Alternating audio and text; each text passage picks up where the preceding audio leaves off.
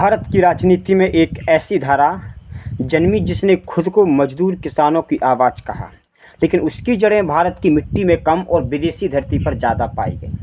यह कहानी है भारतीय कम्युनिस्ट पार्टी यानी सीपीआई की, जिसकी नींव भारत में नहीं बल्कि रूस और अंतर्राष्ट्रीय क्रांति की प्रयोगशाला में रखी गई थी। आज हम समझेंगे कि आखिर भारतीय कम्युनिस्ट पार्टी कैसे अस्तित्व में आई, किसने इसकी बुनियाद रखी और क्यों इसे शुरू में ही विदेशी एजेंडे की उपज कहा गया था। तो बात करते हैं इसकी अंतर्राष्ट्रीय पृष्ठभूमि की पहले, जिससे मार्क्सवाद का जन्म हुआ। तो कम्युनिस्ट विचारधारा की शुरुआत यूरोप से हुई। 1848 में कार्ल मार्क्स और फ्रेडरिक एंजेल्स ने कम्युनिस्ट मैनिफेस्टो प्रकाशित किया। इसका मूल विचार था कि पूंजीवादी समाज शोषणकारी है। मजदूर वर्ग यानी मजदूर वर्ग को कहा जाता था प्रोलेटेरिएट को संगठित होकर के पूंजीपति वर्ग को यानी बुर्जुआ वर्ग को उखाड़ फेंकना चाहिए। दुनिया भर में एक वर्गहीन और राज्यविहीन समाज स्थापित होना चाहिए। इस विचार ने धीरे धीरे पूरी दुनिया में प्रभाव डाला। 1917 में रूस में लेनिन के नेतृत्व में बोल्शेविक क्रांति हुई। पहली बार दुनिया ने देखा कि कम्युनिस्ट विचारधारा सिर्फ किताबों तक सीमित नहीं बल्कि एक राजनीतिक व्यवस्था भी बन सकती है। यही वह समय था जब पूरी दुनिया में कम्युनिस्ट आंदोलन फैलने लगा और भारत भी इससे अछूता नहीं रहा। भारत में सामाजिक राजनीतिक पृष्ठभूमि अगर भारत में देखें तो भारत उस समय ब्रिटिश गुलामी की जंजीरों में था। औद्योगिक मजदूरों की स्थिति दयनीय थी। कारखानों में 12 से 14 घंटे काम होता था, बेहद कम मजदूरी मिलती थी और शोषण एक प्रकार से आम बात हुआ करती थी। किसान जमींदारी प्रथा और ब्रिटिश कर नीति से त्रस्त थे। कांग्रेस नेतृत्व आज़ादी के आंदोलन को सविनय अवज्ञा और संविधान सुधार के रास्ते से चला रही थी, लेकिन युवा पीढ़ी को लगता था कि यह संघर्ष धीमा है। उनकी नज़र रूस की क्रांति पर थी, जिसने महज कुछ सालों में साम्राज्य को उखाड़ फेंका। ऐसे माहौल में कम्युनिस्ट विचारधारा को उर्वर जमीन मिल गई। तो भारत के कम्युनिस्ट विचारक थे एम.एन. रॉय। तो भारतीय कम्युनिस्ट आंदोलन की कहानी मानवेंद्र नाथ रॉय मतलब एम.एन. रॉय के बिना अधूरी है। वे मूलतः क्रांतिकारी थे जिन्होंने ब्रिटिश शासन के खिलाफ हथियार उठाए, लेकिन बाद में वे मार्क्सवाद से प्रभावित हुए और सोवियत संघ में जाकर के अंतर्राष्ट्रीय कम्युनिस्ट आंदोलन से जुड़ गए। 1920 में मॉस्को पहुंचे और कम्युनिस्ट इंटरनेशनल के संस्थापक सदस्य बन गए। तो कॉमिंटेर्न का मकसद था दुनिया में कम्युनिस्ट पार्टियों का नेटवर्क खड़ा करना, ताकि मजदूर क्रांति अंतर्राष्ट्रीय स्तर पर फैलाई जा सके। इसी मंच पर एम.एन. रॉय ने भारत में कम्युनिस्ट आंदोलन खड़ा करने की योजना भी पेश की। फिर हुई सीपीआई की आधिकारिक स्थापना की शुरुआत। 17 अक्टूबर 1920 को ताशकंद यानी सोवियत संघ में भारतीय कम्युनिस्ट पार्टी का पहला ढांचा खड़ा किया गया था। एम.एन. रॉय और उसके साथियों ने ताशकंद में भारतीय युवाओं को प्रशिक्षित किया और क्रांतिकारी विचार फैलाए। 1925 में कानपुर भारत में पहली बार खुले तौर पर भारतीय कम्युनिस्ट पार्टी की स्थापना हुई। इसमें शामिल प्रमुख नेता थे एम.एन. जोशी, एस.ए. डांगे, मुजफ्फर अहमद, शौकत उस्मानी और पी.सी. जोशी। यही वह क्षण था जब कम्युनिस्ट आंदोलन ने भारत में अपनी राजनीतिक पहचान को भी बनाया था। इस पर ब्रिटिश सरकार की प्रतिक्रिया था डर और दमन का। मतलब ब्रिटिश हुकूमत कम्युनिस्ट विचारधारा से एकदम से भयभीत थी। 1920 के दशक में ही उन्होंने सीपीआई नेताओं को गिरफ्तार करना शुरू कर दिया। 1929 का मीरा रोड मेरठ में षड्यंत्र के सबसे बड़ा उदाहरण है इसका। इसमें एस.ए. डांगे, शौकत उस्मानी, मुजफ्फर अहमद जैसे कई नेताओं पर ब्रिटिश साम्राज्य को गिराने की साजिश का आरोप लगा। मुकदमा लंबा चला, लेकिन इसने सीपीआई को पूरे भारत में चर्चित कर दिया।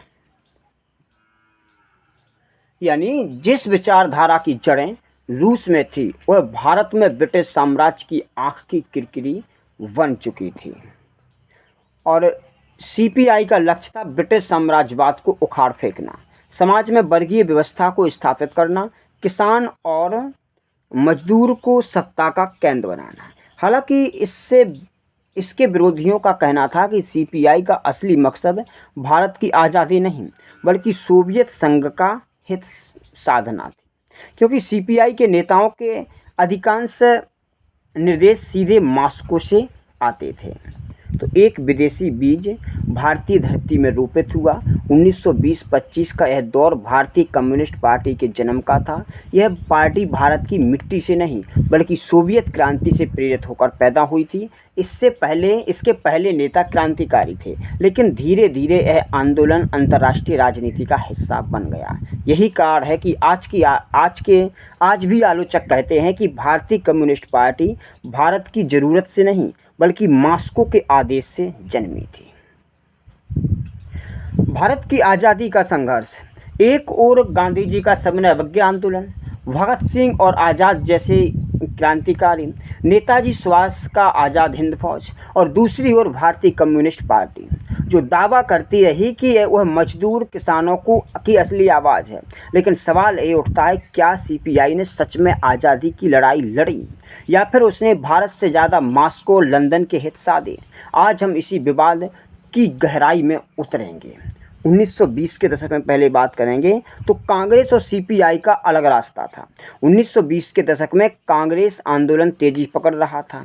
गांधी जी ने असहयोग आंदोलन से पूरे भारत को आंदोलित किया, लेकिन सीपीआई अलग राह पर चल रही थी। उनका फोकस था मजदूरों की हड़ताल, किसानों के आंदोलन और ट्रेड यूनियन की राजनीति।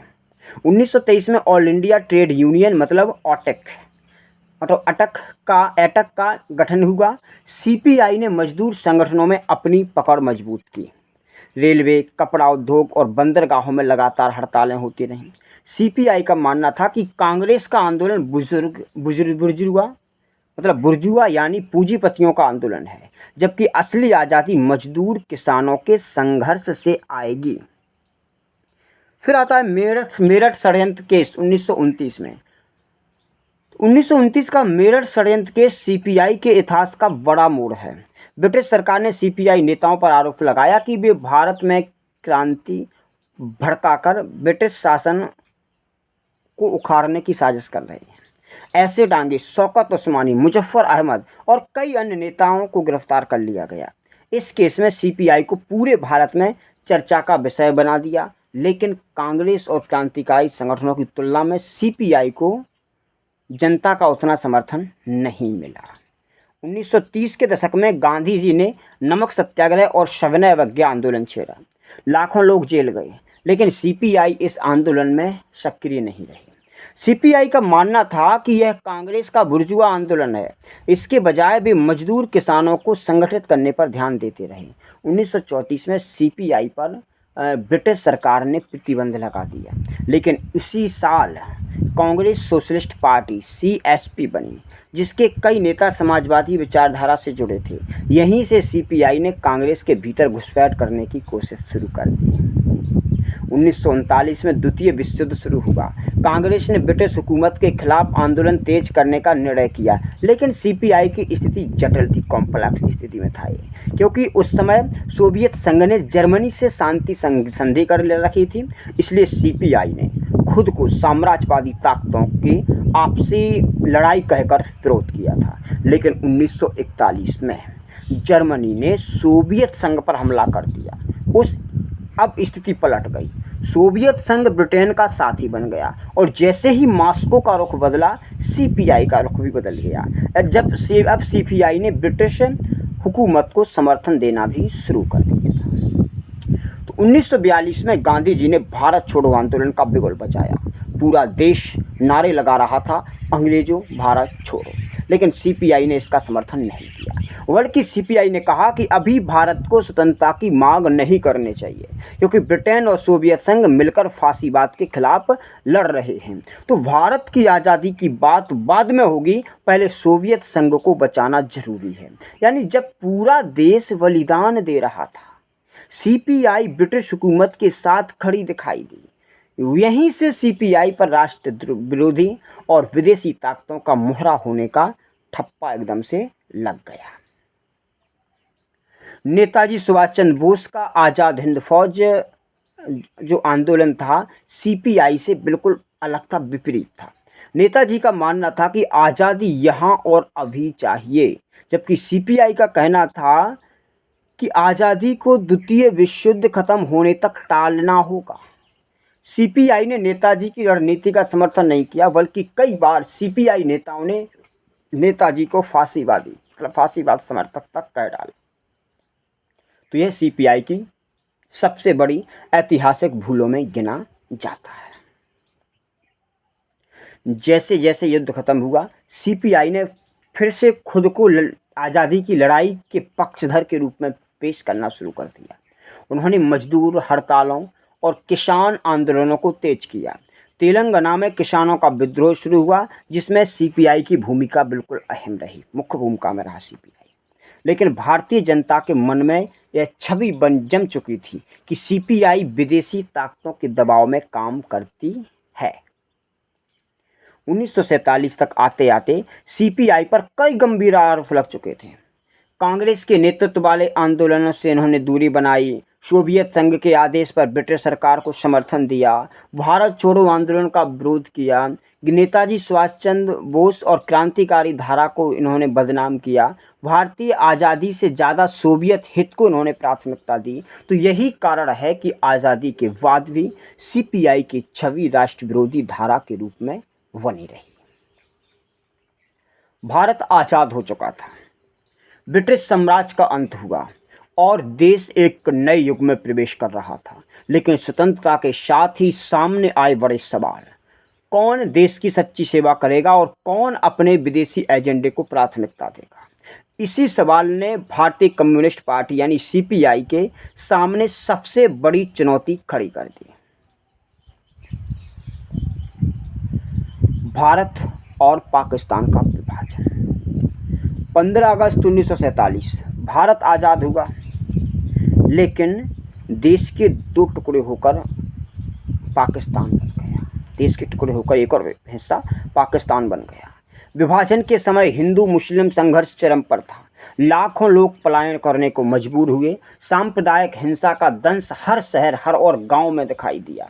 इस दौर में सीपीआई का रुख विवादास्पद रहा। पार्टी ने विभाजन को स्वीकार किया, लेकिन पाकिस्तान के गठन पर कोई विशेष विरोध नहीं किया। कई सीपीआई नेताओं ने मुस्लिम लीग और पाकिस्तान समर्थक विचारधारा के साथ सहानुभूति दिखाई। इसका असर यह हुआ कि सीपीआई पर भारत विरोधी और देश के टुकड़े करने वाले विचारधारा की वाहक होने का भी आरोप लगने लगा।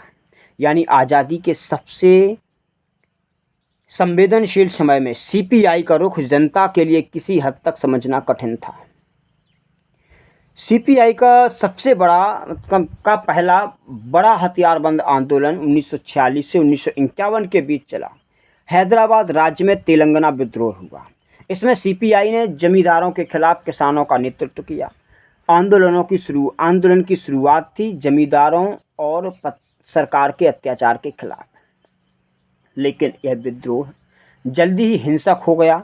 सीपीआई के कमांडरों ने कई स्थानों पर हथियार का इस्तेमाल किया। पुलिस और राज्य की सेना के साथ खूनी संघर्ष हुआ। कई नागरिक मारे गए और लाखों लोग प्रभावित हुए। इस विद्रोह ने सीपीआई के जनता में छवि को दो हिस्सों में बांट दिया। एक तो गरीब किसानों के लिए एक सशक्त संगठन, दूसरा हिंसा और हथियारबंद क्रांति के लिए डरावना और राष्ट्र विरोधी संगठन। 1947-48 में के आसपास भारत ने लोकतंत्र अपनाया और संविधान निर्माण की प्रक्रिया शुरू हुई। सीपीआई ने तय किया कि अब उसे लोकतांत्रिक राजनीति में भी अपनी जगह बनानी होगी। 1951 में पार्टी से पहले लोकसभा चुनाव में हिस्सा लिया और ट्रेड यूनियन और किसानों की समस्याओं को लेकर सीपीआई ने जनता को आकर्षित किया। लेकिन राजनीतिक संघर्ष आसान नहीं था। कांग्रेस का दबदबा और जनता का कांग्रेस में विश्वास सीपीआई के लिए एक प्रकार से चुनौती बना। इसके बावजूद सीपीआई ने विभिन्न राज्यों में अपनी पकड़ को मजबूत करना शुरू कर दिया। बिहार, उत्तर प्रदेश और पश्चिम बंगाल में पार्टी ने जमीन तैयार कर ली। तो सीपीआई ने भूमि सुधारों को अपना मुख्य मुद्दा बनाया। जमींदारी प्रथा के खिलाफ आंदोलन छेड़ा, गरीब किसानों को जमीन दिलाने के लिए संघर्ष किया। कई जगहों पर किसानों ने जमीन पर कब्जा किया और जमींदारों के खिलाफ हथियार उठाए। हालांकि आलोचक कहते हैं कि सीपीआई का यह आंदोलन हिंसा और आतंक के रास्ते पर चला। कई बार निर्दोष नागरिक प्रभावित हुए। राज्य सरकार के साथ संघर्ष ने पार्टी की छवि को विवादास्पद बना दिया। इस दौर में सीपीआई का लगातार आरोप लगे कि यह सोवियत संघ और अंतर्राष्ट्रीय कम्युनिस्ट नेटवर्क के इशारों पर काम कर रही है। तेलंगाना विद्रोह के समय भी मॉस्को से मार्गदर्शन मिला। पार्टी के कुछ नेता खुलकर कहते थे कि भारत में क्रांति की अंतर्राष्ट्रीय दिशा में आगे बढ़ाना चाहिए। इससे पार्टी की राष्ट्रवादी छवि कमजोर हुई। जनता को लगता था कि सीपीआई का असली उद्देश्य भारत के लिए नहीं बल्कि वैश्विक कम्युनिस्ट एजेंडे के लिए लड़ना है। इस दौर में सीपीआई की दोहरी छवि सामने आई। पहला, गरीब और मजदूर वर्ग के लिए सशक्त संगठन। दूसरा, राष्ट्र विरोधी और हिंसक आंदोलन का प्रतीक। दोहरी चीज। लोकतंत्र में प्रवेश के बावजूद पार्टी की पुरानी छवि और विदेशी संबंध उसे हमेशा आलोचना का शिकार बनाते रहे हैं। 1952 में पहले आम चुनाव में सीपीआई ने पूरे देश में हिस्सा लिया। पश्चिम बंगाल और बिहार में उन्हें कुछ सफलता मिली। मजदूरों और किसानों के मुद्दों को जोर देकर उठाया गया, लेकिन पार्टी की सीमित पकड़ और हिंसक आतिथ्य ने उन्हें बड़े जनाधार तक पहुंचने से रोक दिया। कांग्रेस का प्रभाव और जनता का भरोसा सीपीआई पर भारी पड़ गया। 1947 से 1950 के दशक का दौर सीपीआई के लिए दोहरी चुनौती वाला था। एक, लोकतांत्रिक राजनीति में अपनी पहचान बनाना और दूसरा, पुरानी हिंसक छवि और राष्ट्र विरोधी आरोपों को मिटाना। तेलंगाना विद्रोह हो और विभाजन के समय का रुख हमेशा सीपीआई के इतिहास में विवादास्पद रहेगा। एक ओर गरीब किसानों और मजदूरों के लिए संघर्ष, दूसरी ओर राष्ट्रहित से अलग विदेशी एजेंडा। यही वह दौर था जब सीपीआई ने अपनी दिशा तय की। क्या यह हथियारबंद क्रांति का रास्ता अपनाएगी या लोकतांत्रिक राजनीति में खुद को ढालेगी? आज़ादी के बाद भारत ने लोकतंत्र की राह पकड़ ली। लोकतांत्रिक प्रक्रिया में कदम रखते ही राजनीतिक दलों की असली ताकत सामने आने लगी। इस बीच भारतीय कम्युनिस्ट पार्टी यानी सीपीआई ने तय किया कि अब सिर्फ हिंसा और विद्रोह नहीं बल्कि संसद और चुनावी राजनीति भी जरूरी है। 1951-52 में भारत का पहला आम चुनाव हुआ। सीपीआई ने पूरे देश में अपने उम्मीदवार खड़े किए। मुख्य रणनीति थी मजदूर और किसान वर्ग को संगठित करना, भूमि सुधार, मजदूरी बढ़ाने और बेरोजगारी घटाने जैसे मुद्दों को चुनावी एजेंडा बनाना। पहले चुनाव में सीपीआई ने 16 सीटें जीती। यह संख्या कम थी, लेकिन यह लोकतांत्रिक राजनीति में उनका पहला बड़ा कदम था। पार्टी ने दिखाया कि अब वह हिंसा के बजाय चुनावी लोकतंत्र में भी अपनी जगह हिंसा के बजाय चुनावी राजनीति में भी अपना जगह बना सकती है। सीपीआई ने इस दौर में ट्रेड यूनियन आंदोलन को और मजबूत किया। रेलवे, बंदरगाह, कपड़ा उद्योग और कोयला खानों में हड़तालों का नेतृत्व किया। मजदूरी बढ़ाने और काम के समय में सुधार करने के लिए लगातार किया। इसके अलावा पार्टी ने शिक्षा और स्वास्थ्य के लिए मुद्दों को भी सामने रखा। गरीब और पिछड़े वर्ग के लिए स्कूल और अस्पताल की मांग की गई। भूमि सुधार और जमीन पर कब्जा जैसे आंदोलन भी तेज किए गए। यानी सीपीआई ने लोकतांत्रिक प्रक्रिया और आंदोलन दोनों में खुद को साबित किया। 1950 के दशक के दौरान सीपीआई ने पश्चिम बंगाल और बिहार में अपने पैर जमाए। शहरी मजदूर और ग्रामीण किसान दोनों को पार्टी ने अपने पक्ष में लिया। हालांकि कांग्रेस का प्रभाव इतना मजबूत था कि सीपीआई बड़े जनाधार तक नहीं पहुंच पाई, लेकिन इन राज्यों में पार्टी ने विरोध और आलोचना की आवाज़ बनकर अपनी राजनीतिक पहचान को बनाए रखा। 1957 में एक नया अध्याय शुरू हुआ। केरल में सीपीआई ने चुनाव लड़ा और विश्व की पहली लोकतांत्रिक रूप से चुनी गई कम्युनिस्ट सरकार बनाई। ईएमएस नंबूदरीपाद मुख्यमंत्री बने। इस सरकार ने कई ऐतिहासिक सुधार किए, जैसे भूमि सुधार, जमींदारों से जमीन लेकर के गरीब किसानों को विस्तृत करना, शिक्षा सुधार, सरकारी स्कूलों की संख्या बढ़ाना, अनपढ़ी आबादी को शिक्षा देना, स्वास्थ्य सुधार किए इसने, ग्रामीण इलाकों में स्वास्थ्य सुविधाएं स्थापित करना, श्रमिक अधिकार दिए, मजदूरों को हड़ताल और मांगों की को कानूनी रूप देना। केरल का यह मॉडल पूरी दुनिया में चर्चित हुआ। लोकतंत्र में कम्युनिस्ट पार्टी का सफल उदाहरण यहाँ पर देखने को मिला। गरीब और पिछड़े वर्ग के लिए क्रांतिकारी सुधार भी किए गए। हालांकि सीपीआई ने कई सुधार किए, लेकिन आलोचना भी कम नहीं हुई। जमींदार और परंपरागत सत्ता के लोग नाराज थे। केंद्र और कांग्रेस सरकार ने कई बार केरल सरकार के फैसलों को चुनौती दी। सीपीआई के विरोधी इसे साम्यवाद का खतरा और देश के लिए खतरा बताते थे। इसके बावजूद केरल मॉडल ने दिखाया कि लोकतंत्र में कम्युनिस्ट पार्टी भी प्रभावी हो सकती है। 1950 के दशक में शीत युद्ध का दौर था। सोवियत संघ और अमेरिका के बीच विश्व स्तर पर संघर्ष चल रहा था। सीपीआई और वामपंथी नेता सोवियत संघ के संपर्क में रहते थे। इससे पार्टी पर लगातार आरोप लगते रहे कि वह विदेशी एजेंडा के तहत काम कर रही है। लेकिन केरल में उनकी सफलता ने यह साबित किया कि स्थानीय मुद्दों पर आधारित राजनीति की कम्युनिस्ट विचारधारा के तहत संभव है। 1950 के दशक के अंत तक सीपीआई की छवि और भी स्पष्ट है। गरीब और मजदूरों के लिए सशक्त संगठन हुआ। विदेशी विचारधारा और वामपंथी रणनीति के कारण आलोचना का केंद्र बनाए। यानी लोकतंत्र में शामिल होने के बावजूद सीपीआई के पुराने रुख और विदेश से जुड़े संबंधों ने हमेशा उसकी छवि को विवादित रखा। 1951 से 1960 के दौरान सीपीआई ने दिखाया कि वह सिर्फ हथियार और विद्रोह के लिए नहीं, बल्कि लोकतंत्र में भी प्रभावी हो सकती है।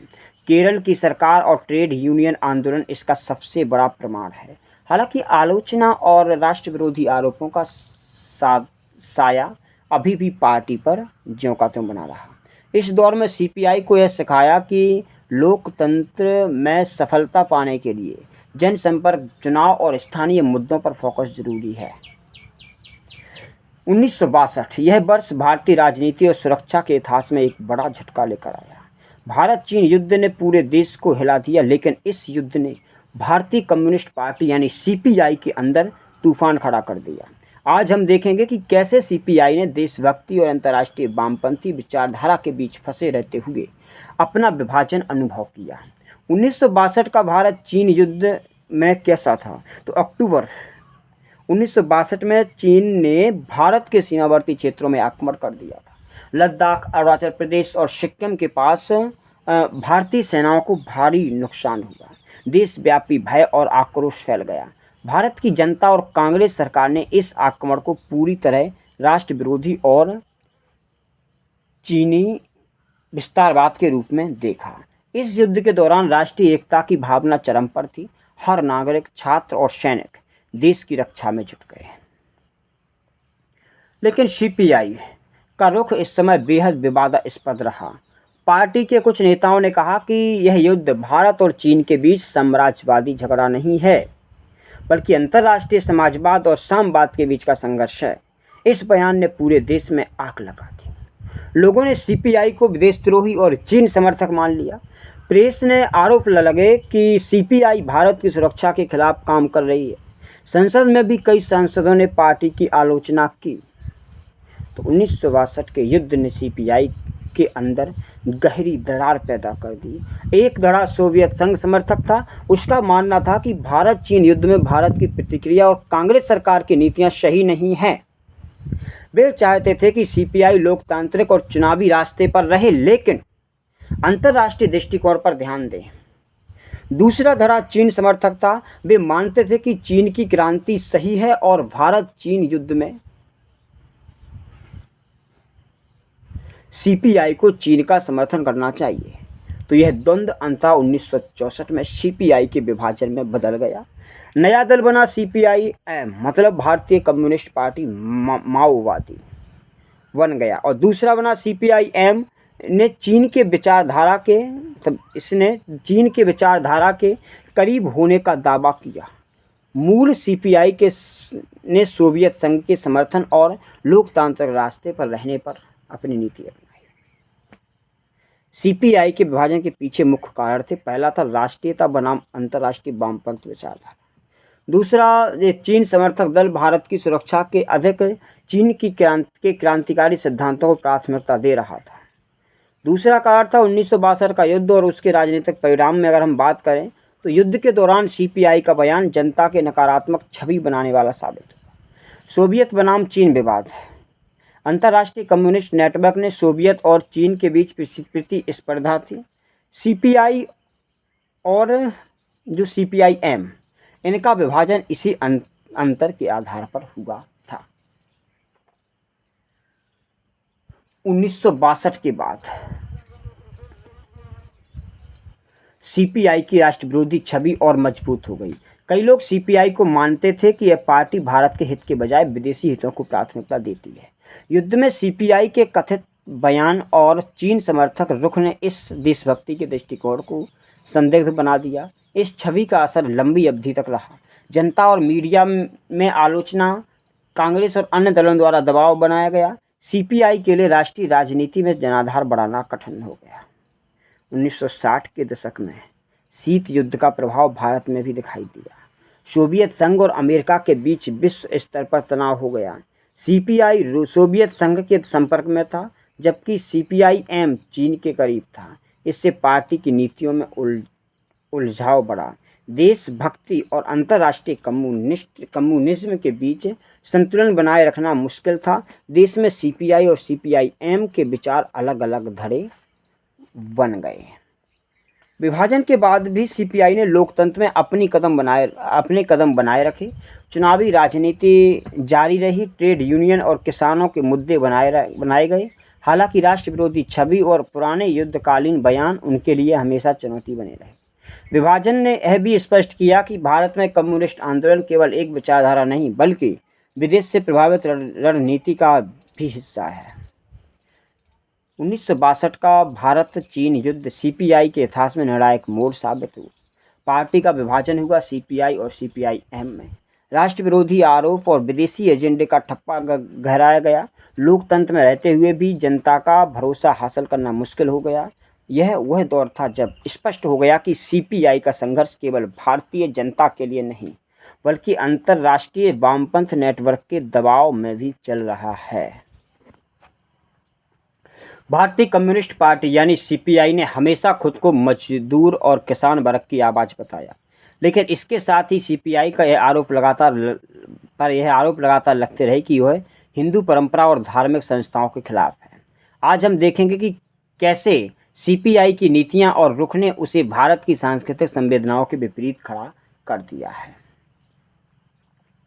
सीपीआई का मूल विचारधारा मार्क्सवाद पर आधारित है। मार्क्सवाद के अनुसार धर्म को समाज में शोषण और वर्ग विभाजन बनाए रखने वाले तत्व के रूप में देखा गया। इसलिए सीपीआई हमेशा धर्म को जनता को भ्रमित करने वाला उपकरण मानती थी। इस दृष्टिकोण ने सीपीआई को भारत की बहुसंख्यक हिंदू आबादी के साथ संघर्ष में ला दिया। मंदिरों, धार्मिक आयोजनों और परंपराओं पर पार्टी का रुख अक्सर आलोचनात्मक रहा। पार्टी का मानना था कि धर्म के नाम पर जनता को गरीब और मजदूर वर्ग से दूर रखा जाता है। सीपीआई पर आरोप रहे कि उसने कई बार हिंदू धार्मिक भावनाओं के खिलाफ बयान दिए। मंदिर के नियंत्रण की मांग की कुछ जगहों पर सीपीआई ने यह कहा कि मंदिरों और धार्मिक संस्थानों की संपत्ति को समाज के लिए उपयोग में लाना चाहिए। धार्मिक आयोजनों पर प्रतिबंध की भी मांग की। उन्होंने धार्मिक उत्सवों और जुलूसों के समय में सार्वजनिक व्यवस्था का हवाला देकर रोक लगाने की कोशिश की। हिंदू परंपरा पर आलोचना हुई। पार्टी ने हिंदू पुराण, रीति रिवाज और धार्मिक संस्थाओं को अक्सर शोषण का उपकरण बताया है। इन कारणों से सीपीआई की छवि हिंदू समुदाय में नकारात्मक हमेशा से रही है। आंदोलन में सीपीआई का रुख 1980 और 1990 के आरंभ में जब राम जन्मभूमि बाबरी मस्जिद विवाद जोर पकड़ने लगा, तो सीपीआई का रुख स्पष्ट रूप से विपक्षी और आलोचनात्मक था। सीपीआई ने आंदोलन को हिंदू उग्रवाद कहा। उन्होंने राम जन्मभूमि आंदोलन में भाग लेने वाले हिंदू संगठनों और नेताओं की आलोचना की। इसके अलावा पार्टी ने सरकार से कहा कि मंदिर निर्माण के मुद्दे पर कोई राजनीतिक या धार्मिक निर्णय ना लिया जाए। इस रुख के कारण सीपीआई पर हिंदू विरोधी और राष्ट्र विरोधी होने का आरोप लगा और भी गहराया गया। विरोधी दलों और मीडिया ने सीपीआई के धार्मिक दृष्टिकोण को जनता में व्यापक रूप से आलोचना के रूप में प्रस्तुत किया। सीपीआई की हिंदू विरोधी नीतियों का असर राजनीतिक रूप से स्पष्ट हुआ। जनता का विश्वास कमजोर हुआ, मतलब हिंदू बहुल राज्यों में पार्टी का जनाधार सीमित रहा। दूसरा, विपक्षी दलों का लाभ। कांग्रेस और भाजपा जैसे दलों ने सीपीआई की छवि का राजनीतिक फायदा उठाया। आत्मिक और सांस्कृतिक विरोध, मंदिर, धार्मिक उत्सवों और हिंदू परंपरा के मुद्दों पर पार्टी को लगातार विरोध झेलना पड़ा। इस कारण सीपीआई की जनता ने पकड़ मुख्यतः शहरी मजदूर और ट्रेड यूनियन तक सीमित रही। ग्रामीण और हिंदू बहुल क्षेत्रों में पार्टी की स्वीकार्यता कम रही।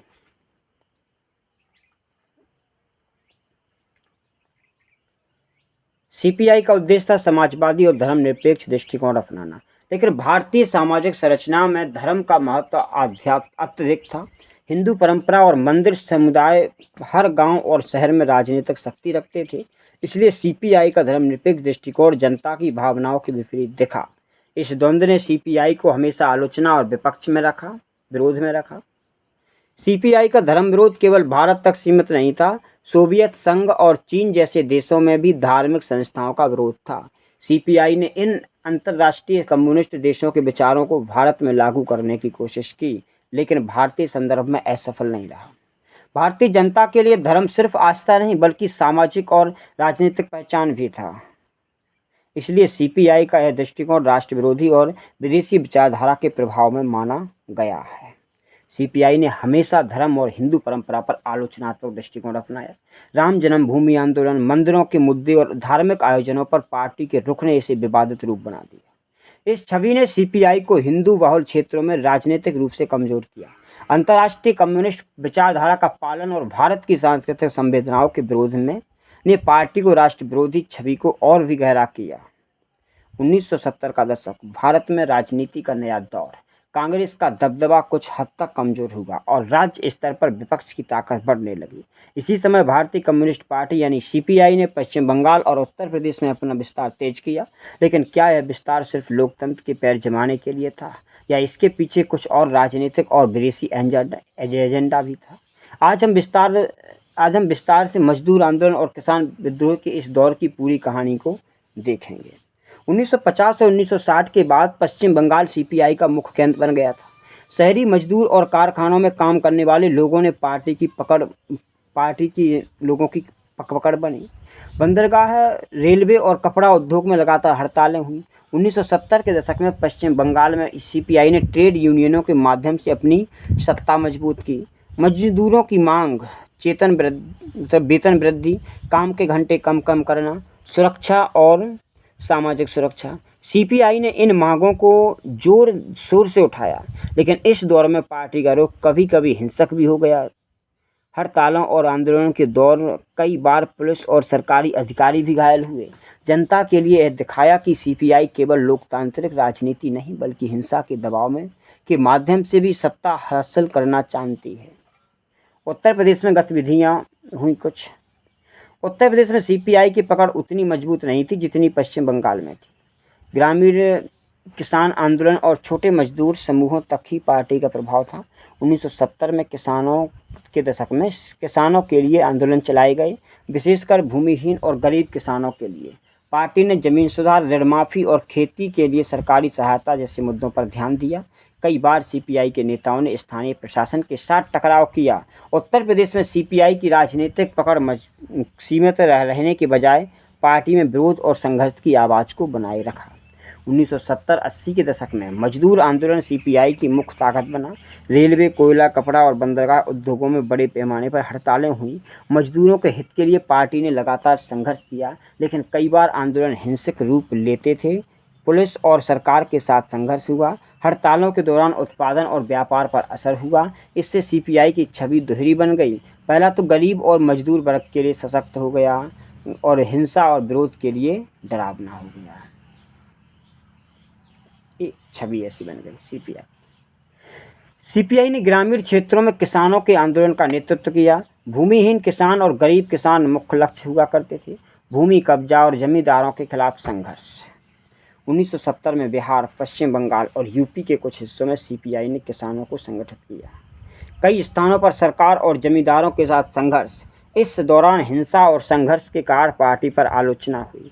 किसान आंदोलन ने यह दिखाया कि सीपीआई ग्रामीण क्षेत्रों में जनाधार बनाने का प्रयास कर रही थी, लेकिन हिंदू विरोधी और हिंसक छवि के कारण व्यापक स्वीकार्यता उसे नहीं मिल सकी।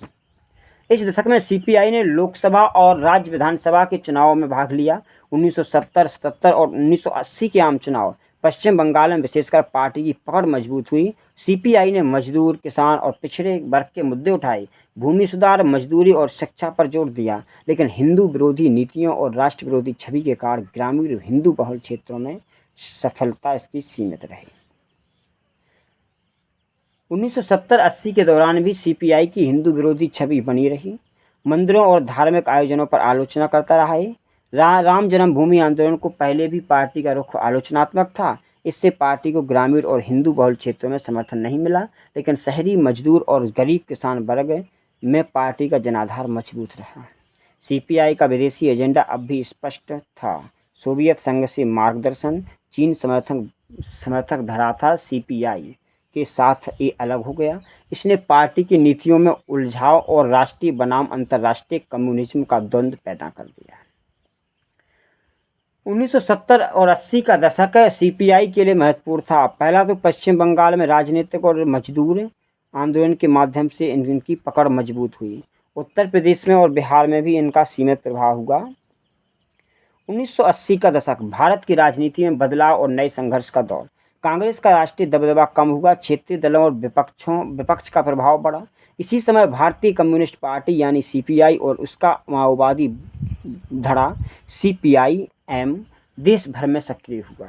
आज हम देखेंगे कि कैसे यह दशक सीपीआई और सीपीआई-एम के लिए राजनीतिक संघर्ष, आपसी प्रतिस्पर्धा और राष्ट्र विरोधी आरोपों का दौर साबित हुआ। सीपीआई और सीपीआई-एम का विभाजन का प्रभाव। 1964 में सीपीआई और सीपीआई-एम का विभाजन हुआ था। सीपीआई ने सोवियत संघ समर्थक दृष्टिकोण अपनाया और सीपीआई-एम ने चीन समर्थक दृष्टिकोण को अपनाया। 1980 के दशक में यह विभाजन स्पष्ट रूप से देखने को मिला। पश्चिम बंगाल में सीपीआई-एम ने राजनीतिक शक्ति मजबूत की।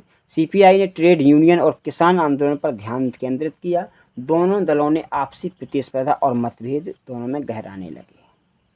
सीपीआई-एम ने पश्चिम बंगाल में लोकतांत्रिक राजनीति में बड़े पैमाने पर 1977 ने 1980 के बाद 77 से 1980 के बाद 1980 के सदी में पार्टी ने राज्य में सत्ता बनाए रखी।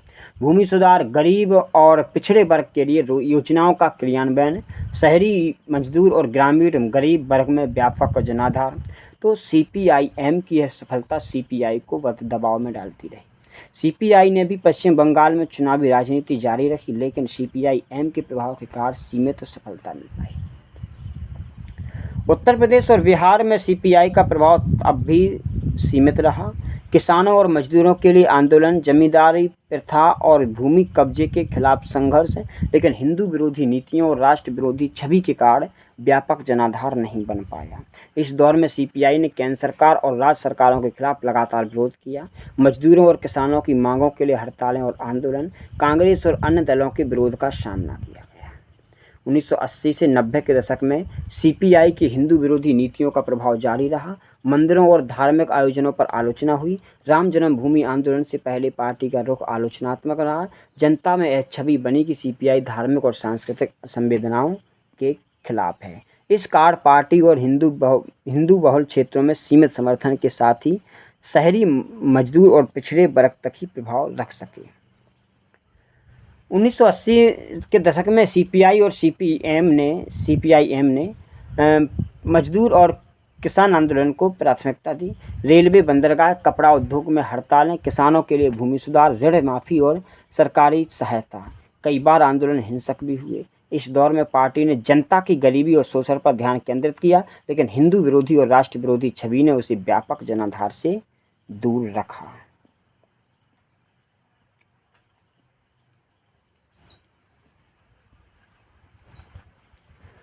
तो 1990 भारत की राजनीति के नए बदलाव का दशक था। मंडल आयोग, कम्युनिज्म का पतन और नई आर्थिक नीतियाँ।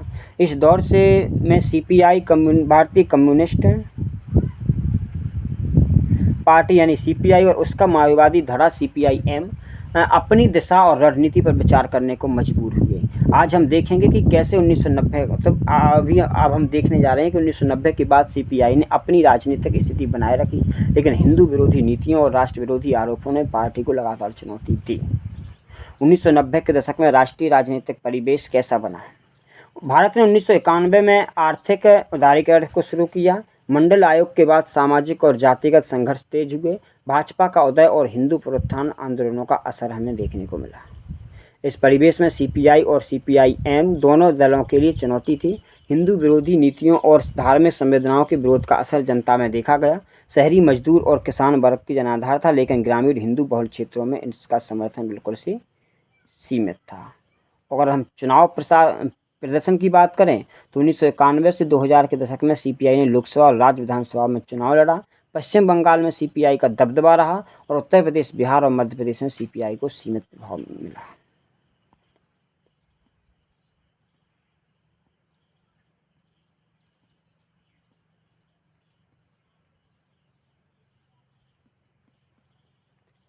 अब बात करते हैं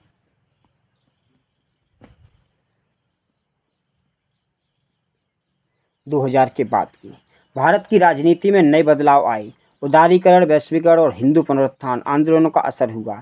इस दौर में भारतीय कम्युनिस्ट पार्टी यानी सीपीआई और सीपीआईएम को अपनी रणनीति और पहचान दोबारा तय करनी पड़ी। अभी हम देखने जा रहे हैं कि कैसे ये पार्टियां अपने पुराने संघर्ष, हिंदू विरोधी नीतियों और राष्ट्रवादी आरोपों के बावजूद भारत में अपनी जगह बनाए रख रही हैं। 2000 के दशक की शुरुआत में भाजपा और कांग्रेस के बीच राष्ट्रीय राजनीति का दबदबा रहा। नए क्षेत्रीय दलों का उदय हुआ। वैश्वीकरण और निजीकरण के चलते आर्थिक और सामाजिक बदलाव देखने को मिले।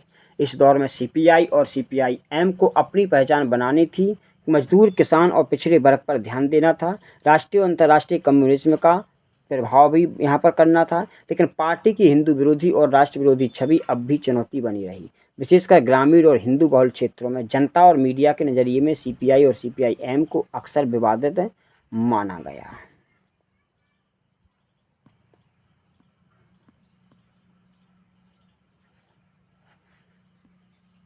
तो इस पार्टी की पहचान गरीब और मजदूर वर्ग की आवाज़ के रूप में बनाए रखी, लेकिन हिंदू विरोधी और राष्ट्र विरोधी छवि ने व्यापक जनाधार को इसमें रोका और हमेशा से रोक रखा।